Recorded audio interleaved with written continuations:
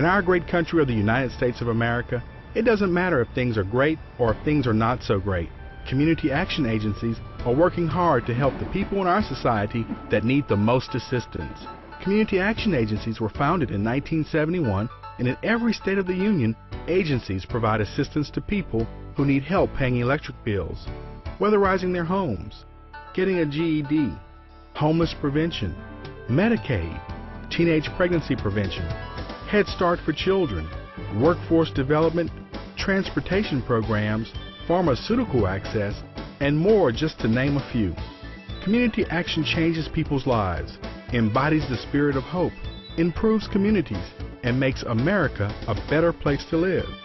Community action cares about the entire community and is dedicated to helping people help themselves and each other. In Louisiana, the nonprofit association that provides those services is LACAP, the Louisiana Association of Community Action Partnerships, Incorporated. LACAP, Inc. was founded September 8, 1986, and coordinates the efforts of 42 community action agencies that serve the 64 parishes across the state of Louisiana. LACAP's mission is to engage in activities designed to elevate the economic and social standards of Louisiana's economically disadvantaged residents. Led by Executive Director Jane Killen, LACAP's three main functions are to provide an organization through which all community action agencies can work together to further the goals and objectives of the organization, to bring about more effective cooperation between community action agencies and other agencies that have similar objectives, to participate in and strengthen the professional organizations of the community action agencies. All of the 42 member agencies provide services that assist over 600,000 Louisiana residents with various programs and services. Some of them set the standard for delivering those services. Today, we will look at a few of them and the programs they provide. Under the leadership of Ms. Almitra Franklin, St. Mary Community Action Agency has set the standard for housing development, Head Start, and homeless prevention programs, among others. First, we will look at the Housing Development Program. The St. Mary Community Action Housing Development Office started about 15 years ago. Through a community needs assessment, we found that housing was a great issue in our community. Not only the lack of housing, but certainly substandard housing and affordability. So to that end, we decided to have a housing department that would address the full service of families: home ownership, rental assistance, transitional housing, homeless housing, a whole housing department, even becoming certified as a community housing development organization, which is a CHODO. Currently we have 32 multifamily rental units, which is the Sparrow Gardens rental unit. We have 15 units, which is a single family housing development, the Faith Place subdivision. We have some efficiency houses, 7 units in efficiency houses. We have the Sunshine House, which is a temporary shelter for families, and we do provide about 18 units of transitional housing for families. As you look at my staff, I have 289 employees on my staff. That doesn't include our contract workers, but most of them are community folks that either grew up here, or they came here and they started families here, or they're connected to somebody in this area. We have a stake in this community, and we have all concluded that as we make this community a better place, that our children and our children's children will enjoy the fruits of our labor. Now let's look at St. Mary CAA Head Start. Our Head Start program is not just a child development center, it's a fully functional family center where families can go in and they can find out about other services that they might be able to get from the Community Action Agency, because we have 42 other programs, and many of those programs are aimed at making families healthy and whole. For an example, we have a program called the Fatherhood Program, and that program works specifically with the daddies to make sure that the daddies have quality time with children, and if there are any issues with the fathers, that we have a specialist on hand to work with the fathers. Then we do the new construction, the home ownership for families, where we go through budgeting. We talk to the parents about the importance of economic wealth, owning your own home, and certainly making those budgets work for you. Lastly, let's discuss the Homeless Prevention Program. I think homelessness is a big problem in the United States.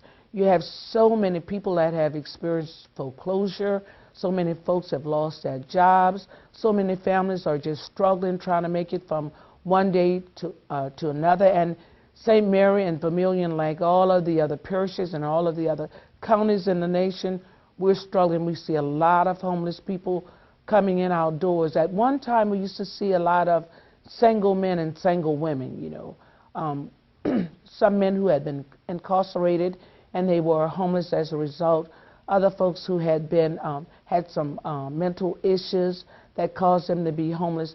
But what I'm seeing now is whole families who are coming to the agencies. The mother is unemployed, the dad is unemployed, and then they got 2 or 3 children with them. And that's a real challenge for us because we do have a shelter, but our shelter can only accommodate 1 family at a time. And there are a couple of shelters around the area, but they are always full. There's not enough accommodations for families. To that end, we're doing a project called Transitional Homeless Program, where we work with landlords to put families in housing for 18 months. We pay the rent for them during that 18-month period, and then after that, those families are out on their own.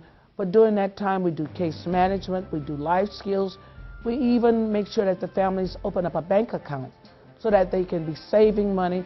They may desire to have their own home once they get off a transition. Quad Area Community Action Agency, headquartered in Hammond, Louisiana, is one of the largest member agencies in the state, serving Ascension, East Feliciana, Livingston, St. Helena, Tangipahoa, Washington, and West Feliciana parishes. Quad Area is truly a family affair of committed professionals, as Mr. Wallace Sibley is the 2nd-generation executive director following his mother, Miss Winnie Sibley, a longtime leader in community action work in the state of Louisiana. Quad Area is setting the standard for programs like its Alternative School, Homeless Veterans Program, and Housing for Seasonal Workers Program. First, we will look at the Quad Area Alternative School. What brought about the need for Santa Monica Academy was really simple. Passion for our youth in need. For example, let's say one of our kids that was 13 years old, her parents split up or have a terrible home situation, whatever that may be, and she gets expelled because she missed too many days, not of her own choice. In Louisiana, if you get expelled for any reason, you can't go back to any public school. And unless you have money to go to a private school, you're basically out for a full year. And so we saw that as a need that we had to meet. And so we started the school with 1 student about 9 years ago, and now we've had over 1,300 to 1,400 graduates, and many of those graduates go on to the military because the military takes our diplomas. The Voc Tech schools take our diplomas. Southeastern takes our diplomas because of the rapport and the excellent education that they know that we provide here. Yes, we do have behavioral problems with our students, mostly because they've learned to resolve their difficulties by fighting before they come here. They fight on the weekends, they fought at school. A lot of times that's why they're here. And they love to jump up, assume, get in each other's face. This is what they're used to doing. But once they understand the system here, they understand that this is not acceptable here, and we don't have a lot of, there's no appeal process, it's just me, and I want them to succeed. If you knew their backgrounds, you would be surprised at how well behaved they actually are now. Knowing that they're not used to behaving and they're not used to solving conflict, but let's sit down and talk about it and figure out the bottom of it. And can we shake hands as young men, or can we shake hands as young ladies? What can we do? And they've been rejected. Maybe they don't have any parents. They've been shoved from home to home.